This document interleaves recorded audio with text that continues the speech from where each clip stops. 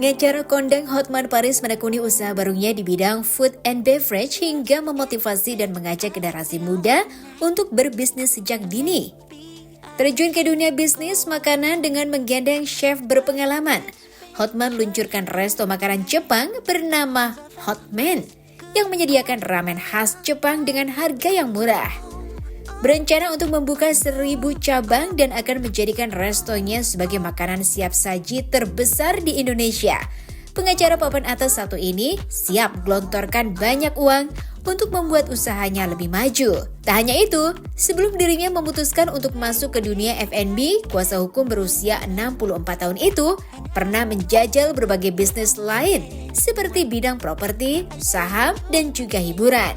Saat ini dirinya sedang mencari peruntungan dengan berbisnis walaupun menurutnya sudah terlambat untuk menekuninya. Lantas seperti apa kemeriahan grand opening resto ramen miliknya? Jadi tahun lalu mungkin ya Bang ya kita ketemu. Yeah. Jadi tahun lalu saya ketemu sama Bang Hotman, kita berdiskusi mau buka apa nih. Jadi terakhir saya suggest juga Bang. Kebetulan Bang Hotman sukanya makan bakmi tuh. Banget. Nah, suka makan bakmi. Jadi saya suggest sedikit, saya berubah sedikit jadi bakmi Jepang lah, jadi ramen. Jadi ramen Jepang itu idenya seperti itu. Pak Hotman, kenapa tertarik di bisnis kuliner F&B gini, Pak? Sesudah makin lama ikut berbisnis, saya sadar bahwa lu kalau mau kaya harus berbisnis, udah itu aja deh. Nggak bisa hanya dengan satu pendapatan. Ya, makanya saya selalu bilang kepada para pengacara muda sekarang, sambil kau kerja dapat gaji yang bulanan, kamu harus berbisnis. Kalau saya berbisnis dari 30 tahun lalu, saya mungkin sudah super konglomerat sekarang. Sekarang sudah konglomerat sekarang, Pak. Baru hampir. Dia nih, kayak begini coba. Bisnis. Jadi kita mau investasi di bidang apapun, ya. Pokoknya yang menarik, invest. Yang menarik, Yang penting cuan ya, Bang ya. Ya, gitu loh. Ya. Akan terus kita semua bidang akan kita masukin, ya. Ini baru 3 ya. Cita-citanya 1.000 ya, Bang ya? Iya, seluruh Indonesia nanti.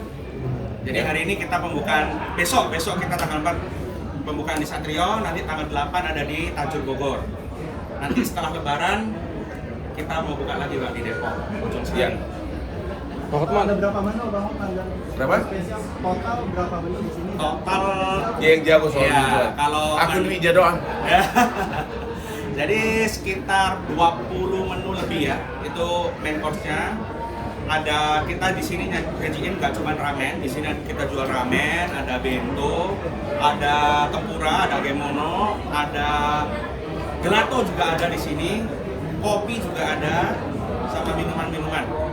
Jadi bisa nongkrong di sini, bisa minum kopi, bisa makan es krim, bisa makan ramen, mau nasi ada bento gitu, komplit aja. Siapa ya? Lu yang terakhir siapa sih? Seperti apa? Seperti apa pasar Jepang kali ya? Iya. Seperti pasar Jepang. Kalau kita ke mana? Ini mana? Kalau ke Tokyo apa? Ya ke Tokyo ini gayanya Kayak seperti di begini, Tokyo dengan di Osaka ya. Iya. Ini kayak fast food di Jepang sih. Makanya aku bilang kalau misalnya kita jalan di fast food Jepang, di pasar Jepang tuh kayak gini suasananya tuh. Enak, nyaman. Cuma bedanya dengan Jepang adalah semua di Jepang tuh mahal. Yang di sini semuanya murah gila. Semua di Jepang mahal loh, nggak ada yang murah di Jepang. Kita Tapi di sini menggunakan semuanya murah banget, 27.000, 15.000. Tadi ada yang 3.500. Bener. Gila loh, murah banget. Jadi kalian wajib banget kesini. Pak Hotman, yang jadi pertimbangannya untuk gelontorin dana untuk di investasi F&B ini apa, Bang? Karena di Indonesia banyak nih. F&B di mana-mana memang menghasilkan uang, ya kan? F&B di mana-mana memang make money. Penduduk bertambah terus, ya kan? Apalagi Jakarta, ya. Beberapa juta penduduk Indonesia, ya kan? Jadi memang sesuai kebutuhan masyarakat, ya. Bang, ini kan dari harga 15.000 itu konsepnya dari Abang sendiri gimana? Iya, dia ahlinya. Iya. Jadi saling anu lah ya. Terima kasih banget Bang Hotman percaya banget sama saya gitu ya. Jadi kita nggak mau nggak mau yang mahal-mahal lah, maunya yang murah-murah aja lah supaya semua market bisa masuk ke sini supaya bisa rame dan kita maunya quantity Bang di sini Bang. Jadi mau buka 1.000 cabang kalau bisa di Indonesia Bang. Dia chef yang sudah puluhan tahun di Singapura ya. Iya. Dia chef sudah puluhan tahun di Singapura. Ya. Jadi memang sudah ahlinya. Ini nggak ada, ini terpisah dari bisnis hiburan. Ini murni terpisah, ini investor lain ini. Ya, jadi memang ini Abang pengen tambah banyak bisnisnya. Ya. Nggak pengen cuma satu grup ini aja. Abang pengen yang lain, ke skincare udah, ke resto ramen udah. Nanti apa lagi sih abang? Mau hiburan juga ya bang ya nanti? semuanya pokoknya gua mau kaya. Apa? Aku support teman aja, hari ini ada support teman. Apa? Kita ada Udah beberapa kasih, Pak? komunikasi sih dengan Udah. abang. Mau collab bisnis lagi, lebih besar lagi, tapi masih tahap penjajakan ya bang ya? Iya, iya. Penjajakan. Bang Hotman, ada promo apa sih bang di resto abang ini bang? Apa? Promonya apa aja mungkin yang Apa? dikasih promonya bang? Promonya? Yang dikasih dari abang nih. Jawab. Oke, saya jawab ya. Gini, untuk promo selama pembukaan ini ada ramen seharga 5.000 untuk pembelian kedua. Ya. Jadi beli apapun, ramen apapun, mangkok kedua kita kasih harganya cuma 5.000. Sama ada lagi kalau posting di Instagram dapat 1 Agemono chicken skin. Oke. Dan Oke. nanti nextnya akan ada promo-promo menarik lagi. Trying in my hand in between my legs. Let the sun go down.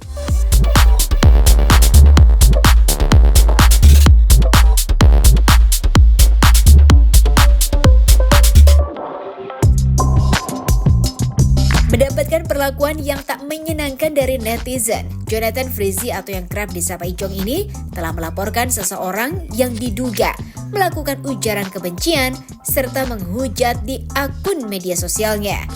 Mantan suami dari Dena Devanka ini sudah mendatangi Polda Metro Jaya dan membuat laporan terkait hal tersebut. Melaporkan kasus pencemaran nama baik, Ijong sudah benar-benar berada di puncak kemarahannya. Pasalnya seseorang yang tak disebutkan namanya itu sudah kerap berkomentar pedas hingga menfitnah dirinya. Bahkan Ijong sudah mendapatkan teguran dari manajemennya agar segera menindaklanjuti hatersnya tersebut. Lantas seperti apa isi laporan yang Ijong buat? Lagi buat LP buat ada salah satu orang yang bisa melakukan pekerjaan dengan berkomentar yang jelek di Instagram pekerjaan aku. Apa aja sih kata-katanya bang? Ya, kata-katanya kasar dan memfitnah dan menjelek-jelekan di Instagram pekerjaan aku, di Instagram PH pekerjaan aku. Inisialnya dong mungkin? Inisialnya Mas? Inisial Akunnya akun pendidikan. Oh, nanti aja kalau udah dapat, mungkin minggu depan aku kalau minggu depan aku undang bener-bener deh. Kalau sekarang nanti dulu, nanti orang keburu kabur. Bang Ijong kenapa sih akhirnya ngelaporin emang karena udah jengah banget sama komentar seperti itu? Ini ngebawa siapa? Kalau komentar-komentar jelek ada beberapa yang pernah aku alamin. Kalau sekarang karena sudah produser aku sama casting director aku udah bertanya sama aku langsung, Ijong ini kenapa ada komentar seperti ini? Tolong diurus karena ini kan nggak benar gitu. Ngapain ranah pribadi itu dibawa-bawa dan dijelek-jelekan di media sosial. Udah sampai ganggu pekerjaan ataupun mungkin sampai ganggu pekerjaan. kontrak-kontrak ada yang keputus atau gimana? Enggak, kontrak keputus nggak ada. Justru produser aku mendukung dan nyuruh aku datang ke sini. Katanya apa aja sih bang? Kata-kata kasar aja sih, kata-kata kasar yang aku nggak bisa sebutin. Mas Ijong ini udah sering dilakukan atau baru kali ini akhirnya Mas Ijong ngelaporin? Baru kali ini yang kasar banget. Kalau yang kemarin ya biasa lah ya, kita artis ada netizen julid itu biasa. Tapi kalau sekarang bukan julid lagi, tapi kasar dan ditujukan langsung di pekerjaan aku dan aku. Ke fisik bang mungkin? Iya, main fisik. Berarti satu akun atau ada beberapa akun? Aku yang fokus. Bang mungkin bawa anak bang. Minggu depan aku undang. Stock shot LP-nya mungkin nggak? Boleh, antar ada di orang komando aku. Kronologisnya yang pasti ya nge-DM di postingan-postingan Instagram ya dengan kata-kata yang kasar segala macam, dan itu sudah ngetek-ngetekin ke beberapa PH ya, PH di mana Ijong bernaung seperti itu aja. Itu individu atau akun gosip atau? Individu yang pastinya. Kenapa Ijong akhirnya melakukan atau takut nantinya kerjaannya terganggu? Pasti mbak, pasti ada korelasinya kan. Selain namanya public figure kan mau nggak mau kita harus nama baik harus dijaga kan. Tapi kalau udah mulai ngetek-ngetek ke pemberi kerja kan mau nggak mau tuh harus kita segera laporkan untuk mengklarifikasi ya bahwa apa yang dituduhkan segala macam itu adalah tidak benar. Tapi akunnya ini akun public figure juga atau orang biasa? Kita kan nggak tahu mas, makanya kita melapor. Kalau kita tahu kan kita langsung cari ya. Gitu ya. Untuk saat ini kita fokus satu akun ya. Berarti itu Tapi lebih dari satu, masih Mbak. ada atau sudah Masih ada sih, masih ada. mungkin yang diminta Ijong itu katanya akan bertemu dan itikat baik untuk ngobrol minta maaf. Kita lihat proses berjalan aja seperti apa baiknya. Seperti itu. Karena kan yang pasti kita belum tahu ya ke depannya seperti apa. Ini kita juga belum melihat itikat baik dari si pemilik akun tersebut. Berarti memang sudah by DM atau sudah. Tapi berarti kayak yang di tag PHP yang di tag oleh ini itu udah dilihat sama PH-nya. Sudah, makanya Sudah Ijong dipanggil. Kalau udah komunikasi. dipanggil ke PH-PH yang bersangkutan berarti emang amat sangat mengganggu pekerjaan beliau kan sebagai artis kan. Apa aja, Bu? Ada beberapa screenshot postingan-postingan ataupun DM orang tersebut seperti itu. Mungkin contoh kalimatnya seperti apa sih Bu dari akun salah satu aja? Nanti ya kita lihat proses lebih lanjut aja Mbak. Nggak bisa saya sebutkan di sini karena itu kan bagian dari istilahnya delik aduan kita ya. Kenapa salah apa? Pastinya pasal tentang pencemaran nama baik melalui media elektronik seperti itu. Itu ada UTE hukumannya, Bu? pasti hukumannya maksimal itu 2 tahun penjara dengan denda maksimal 400 juta. Seperti itu. Dari kapan sih mungkin Ijong mendapatkan? Dari bulan lalu ya, dari Februari ya. Kita kan coba kooperatif ya Mbak ya, seperti itu. Tapi kok kayak tidak ada itikat baik, jadi mau nggak mau, yaudah kita putuskan nih hari ini untuk melapor. Berarti memang dapat DM-an Terus, iya. Karena sudah mengganggu Mbak posisinya seperti itu. Gitu ya. Sempat mencoba mencari tahu nggak Bu posisinya di mana beliau itu dan seperti apa orangnya? Makanya kita laporin Mbak, karena kan pengen cari lebih tahu, lebih akurat pasti ya pihak yang berwajib dong logikanya seperti itu. Tapi ada Untuk saat ini sih masih itu ya. Kita kan khawatirnya nanti ke depan beberapa kontrak yang akan berjalan jadi terganggu dengan hal tersebut sih. tapi PH support Ijong ya. Alhamdulillah support manajemen PH support seperti itu. Ya. Jika sudah ketemu mau diapain mungkin Kita nanti lihat orang proses lebih lanjut aja. apa kita ganti belum rugi. tahu, iya.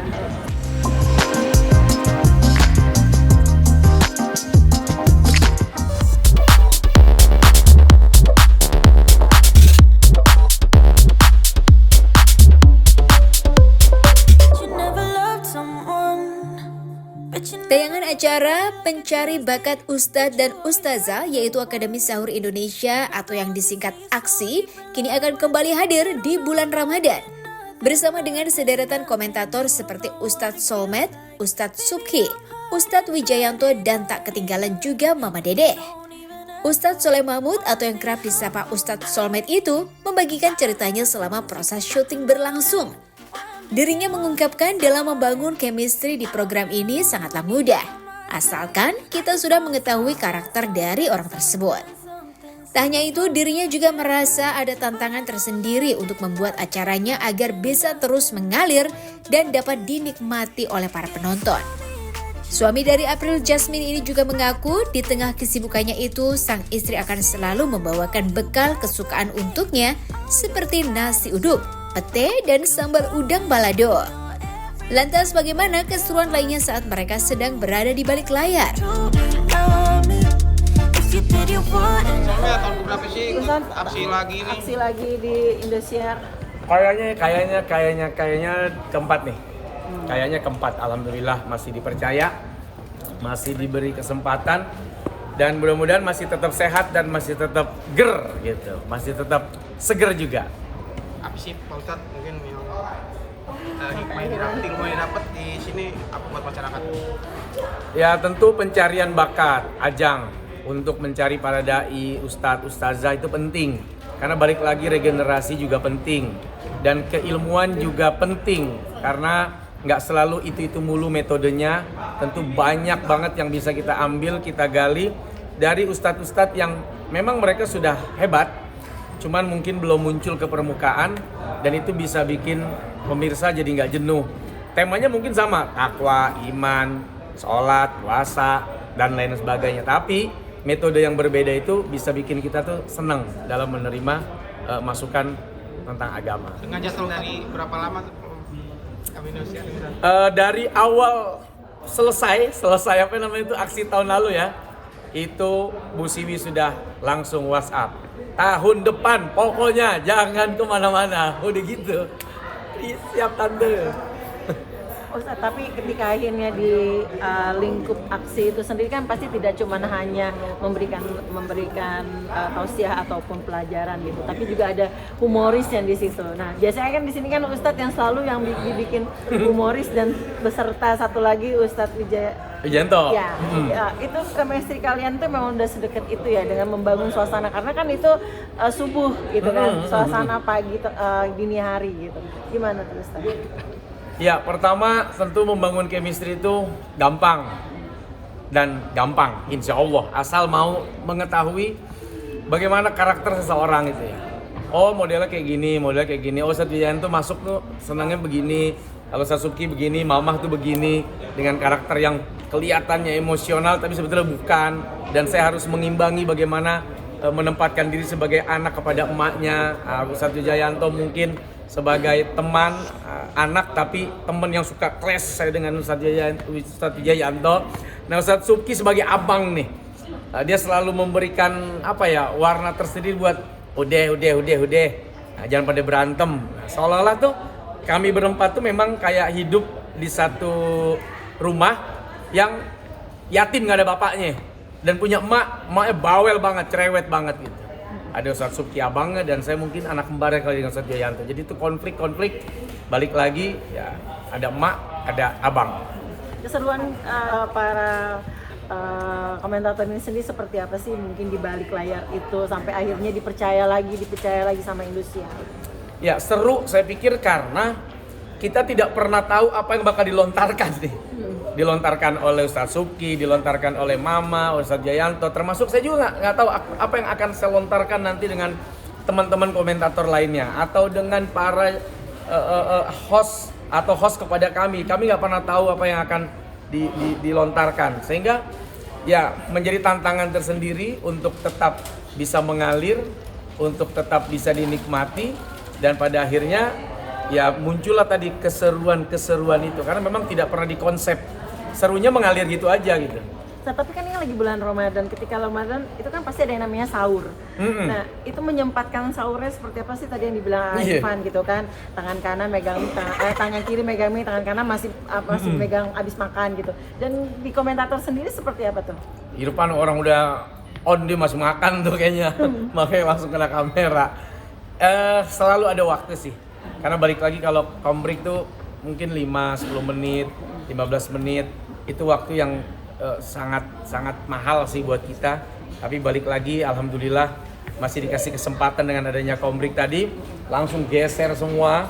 Ada yang di tempat duduk makan bareng-bareng, ada yang geser dulu keluar karena ingin menikmati suasana biar nggak kedinginan sambil makan. Begitu udah 1 minute langsung tinggalin semuanya, duduk manis kayak nggak ada apa-apa gitu. Dan itu seru. Tapi istri bikinin sahur sih Ustaz. Nah, itu sering banget tuh. Baik bener-bener memang mau ngasih saya atau bener-bener itu pesanan teman-teman buat nyaci maki saya. Begitu ntar makanannya selalu dicari aibnya tuh sama host itu tuh. Itu pada nggak tahu diri tuh. Dia cari kekurangannya apa, padahal enak habis nambah, tapi dia cari tetap kekurangannya. Dan itu bikin April jadi sebel. Tapi gue bilang, udah bawain lagi. Kalau dibilang gak enak, lu bikin lagi yang gak enak. Jadi kalau nanti dia marah-marah tuh, ya mereka marah-marah, ya memang gue sengaja. Karena supaya pahala bini gue makin banyak, gue bilang. Dan dia makin sebel. Ke tempat Nemenin pernah, tapi bukan tiap hari. Karena tahun lalu kan anak masih kecil juga masih 4 tahun. Tahun ini udah 5. Insya Allah mau masuk 6. Harusnya sih udah bisa ditinggal kalaupun nanti mau nemenin saya gitu. Menu favorit yang dibawa istri mungkin apa gitu? Nasi uduk, pate, jengkol, sambal udang balado, bakso, macam-macam. Dan itu dibawa tuh, dibawain. Sahur makan jengkol tuh Ustaz. Makan terus. Itu obat supaya kita makan ya? Enggak, supaya kita bisa khusyuk dalam ibadah. Karena nggak ada yang mau mendekat. Nggak ada yang mau mendekat dan nggak ada yang mau menggoda. Buset, bau banget mulutnya. Ustaz, jadwal makin padat kan nih bulan Ramadan nih. Alhamdulillah. Umur udah nggak muda lagi, jangan ngantuk. Aduh, gue udah tua banget ya. Umur udah nggak muda lagi, semangatnya dong, masih muda. Makanya walaupun jadwal padat, ya tetap sarapan, apalagi makan, minum yang cukup lah, vitamin, madu. Yang penting kata istri gue asal jangan di madu gitu. Gak apa-apa lu minum madu kata dia. Biar sehat. Anak masih kecil-kecil. Jangan sampai kan lakinya meninggal, ninggalin janda kaya. Hate it when you call me